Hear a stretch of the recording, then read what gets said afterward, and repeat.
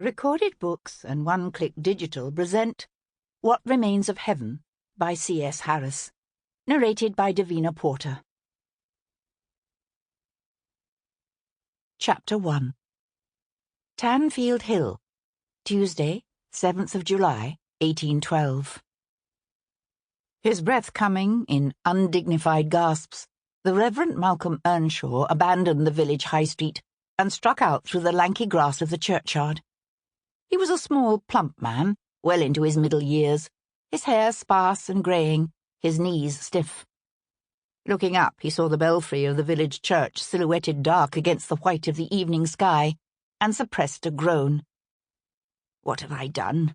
What have I done?" he murmured to himself in a kind of chant. He never should have lingered so long with old Mrs. Cummings. Yes, the woman was dying, but he'd done what he could to ease her passing, and one did not keep the Bishop of London waiting, especially when one was a lowly churchman who owed the bishop's family his living. Hot and breathless now in his haste, the Reverend reached the sweep of gravel before the church. His step faltered, the small stones crunching beneath the leather soles of his shoes. "Merciful heavens," he whispered, his jaw sagging at the sight of the bishop's carriage, its coachman dozing on the box. "He's here." Swallowing hard, Earnshaw cast a searching glance around the ancient churchyard. Despite the lengthening shadows, the jagged piles of stones and aged timbers left from the demolition of the charnel house that had once stood against the north wall of the chancel were clearly visible. But Bishop Prescott was nowhere in sight. The Reverend hesitated, the urge to rush forward warring with a craven desire to duck into the sacristy for a lantern. He pushed on, his heart thumping painfully in his chest as he neared the gaping hole before him. The workmen had accidentally broken through the thin brick wall that afternoon. The wall had concealed a forgotten staircase of worn stone steps that led down to an ancient crypt, far older even than the venerable Norman nave above it. During his 10 years of service here at St. Margaret's, Malcolm Earnshaw had heard vague rumours of a crypt sealed decades ago for health reasons. But nothing the Reverend had heard had prepared him for the workman's gruesome discovery. Tugging his handkerchief from his pocket, he pressed the linen folds against his mouth and nostrils as the foul air of the crypt wafted up to him.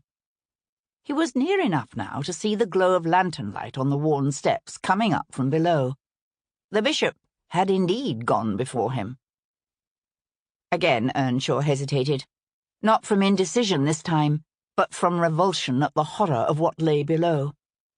The Bible taught that the trumpet shall sound, and the dead shall be raised incorruptible. And again, in Ezekiel, it was written that God shall put flesh on the bones of the dead, and breathe life into them. Earnshaw knew that. Yet still he found himself trembling at the need to confront once again a sight that might have been conjured from the vilest visions of Dante's Inferno. Grasping the rusted railing that ran along one side of the steps, he stumbled down the shadowy stairs toward the flickering light below. "I most humbly beg your pardon, Bishop Prescott," he began, his voice echoing back to him from that sepulchral vault. "I do hope I've not kept you waiting long." The oppressive silence of the crypt closed around him. Built of rough stone covered in limestone mortar, and with a low vaulted ceiling supported by worn columns, the bays of the chamber stretched before him in shadowy phalanxes of death.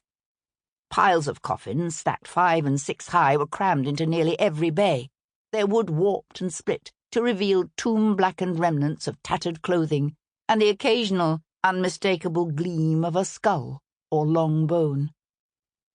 But that clean scouring of time was rare.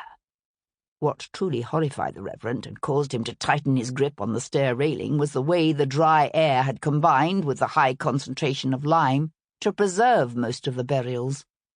All too often, what spilled from those crushed tombs was an arm or leg still recognizably human, or a hair-topped nightmare of a face, its flesh shriveled and tanned like that of a mummy brought back from Egypt.